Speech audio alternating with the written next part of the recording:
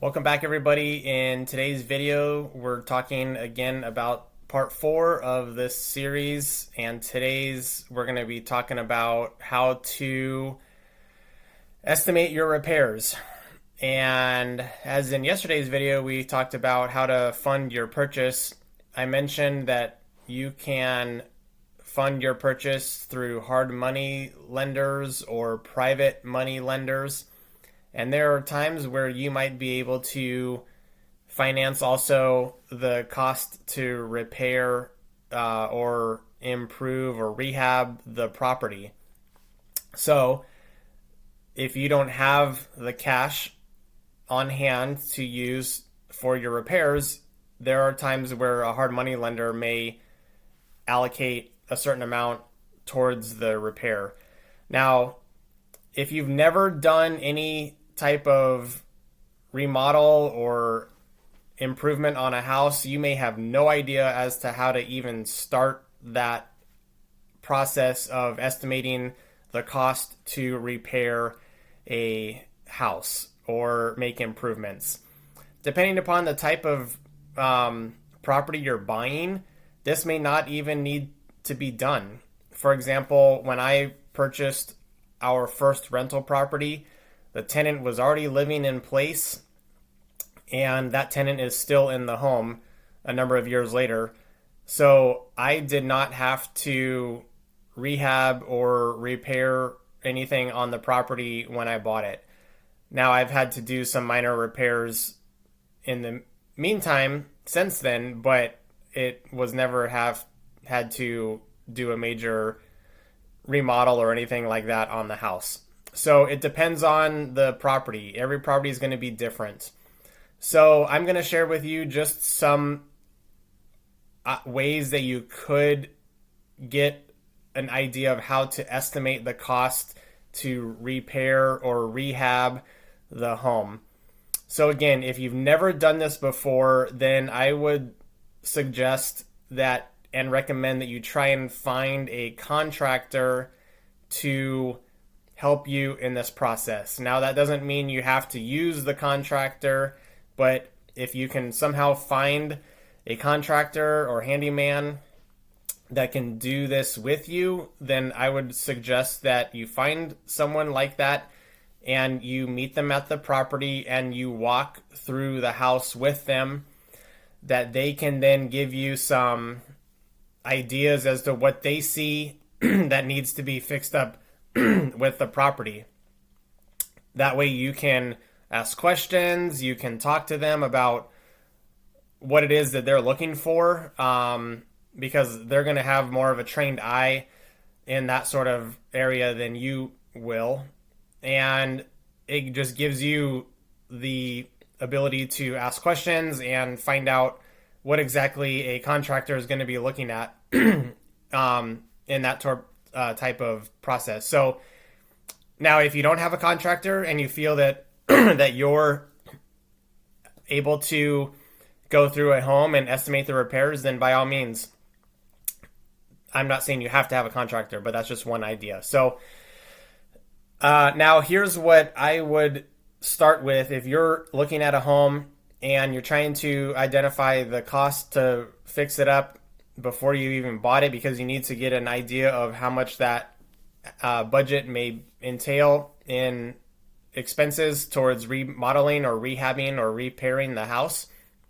So I would start by first just walking around the outside of the home and carry with you a notebook, a 3-ring, a spiral notebook, and write down anything and everything that you can think of that may need to be done.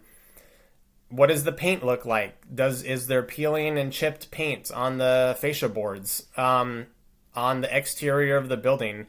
What type of exterior is the house? Is it wood siding? Is it stucco? Is it brick? And then write all of this down.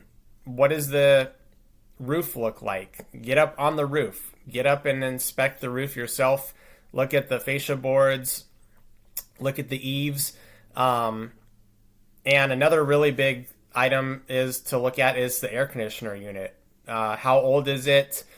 So take those things into account. Start on the exterior. Look at the windows. If there's gutters, are the gutters falling off? That sort of thing. Also check the irrigation. If there's sprinklers or water system for the plants, try and test those. Turn on the water. See how they work to see if you have leaks. If you have to do any landscaping, anything like that. So just, again, you're just walking the perimeter of the home. You're looking for anything that might need to be fixed and just write that down. Now, when you go inside the house, do the same thing. Just go room by room. Start in the kitchen and just make a list of everything that you could possibly think of that might need to be done. Do the cabinets need to be repainted? Do you have to replace the whole kitchen? Do you have to do a total gut job and take out everything? Does it just need maybe new faucet or a new sink? What is the lighting like?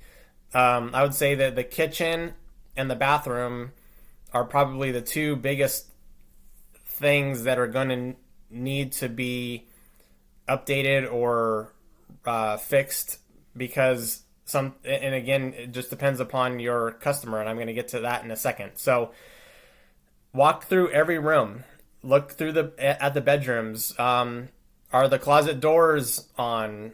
Do the fans work? Look at the baseboards. Does it have baseboards? Do they need to be touched up with paint? Or are there holes in the drywall? Do they need to be patched and fixed? So you're just going through the house room by room, and on your notebook, just categorize every room and just write down in every room the items that you see that need to be fixed. Again, turn on the water, turn on all the lights, make sure all the lights work, make sure all the switches work. If there are appliances in the home, test the appliances, make sure the water heater works. You're trying to identify, again, just everything at this point of possible items to repair.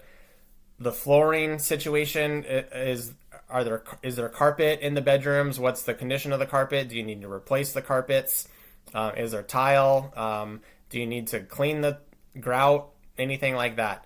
So again, you're just trying to identify at this point just everything that you could possibly think of that may need to be replaced or repaired or fixed. Not that you're going to do all of that, but you're just trying to make a master list at this point. So once you've done that, whether you've walked through the house with a contractor or you've just done that on your own, you're trying to just make a list of anything that you can possibly think of and then categorize it by room or on the exterior, and then go through and try to itemize those issues in specific categories. So for example, it'd be like, okay, all paint. How much paint do I need for the interior of the house? How much paint is needed for the exterior of the home? Your flooring. What kind of flooring do you need? Tile, laminate, wood, carpet. And so then try to make a list of each subcategory. Electrical, plumbing, paint, flooring, that sort of stuff. And then once you've made a list of all of that, you can physically go to a plumbing store, go to a plumbing supply store, or go to a place like Home Depot or Lowe's and price out what it is going to take for paint. If you're not sure of how much paint you need, you can go to the paint desk and ask them, okay, this is the size of the house, this is how many square feet it is. How much paint am I going to need to paint the interior of the house? So you may need to take some measurements of the rooms. One thing also you need to make sure that you're doing is taking pictures of everything while you're in the house, because you're probably not going to remember everything. and you can then go back and look at the photos you took to look at and see, oh, okay, I missed something, or I forgot about that, or this is the type of layout of the bathroom. If you have to get in specifics of like orientation, because some plumbing fixtures are based on the side that the sink is on, or the tub, or the shower, all that sort of stuff. So again, you're trying to just be as detailed as possible at the beginning, and then you're going to make a list of everything. You're going to try and price out as best as you can, and you may then have to go through and cut some things out if your budget is not enough to where you can do all of those repairs. And again, as I mentioned earlier, you need to identify your client. Who's the end user going to be? If your plan is to fix the house and sell it, in other words, do a flip, you may need to then get a little bit nicer fixtures for the bathrooms or the kitchen. You might need to do a little higher grade of repairs, and maybe you're putting in nicer countertops if you're doing a full kitchen remodel. Maybe you do granite, because your end client then is a new buyer. That would be their primary house. So if you're renting it out, if you're just going to fix it up and get it ready for a new renter, then you probably don't need to do as high end of remodel.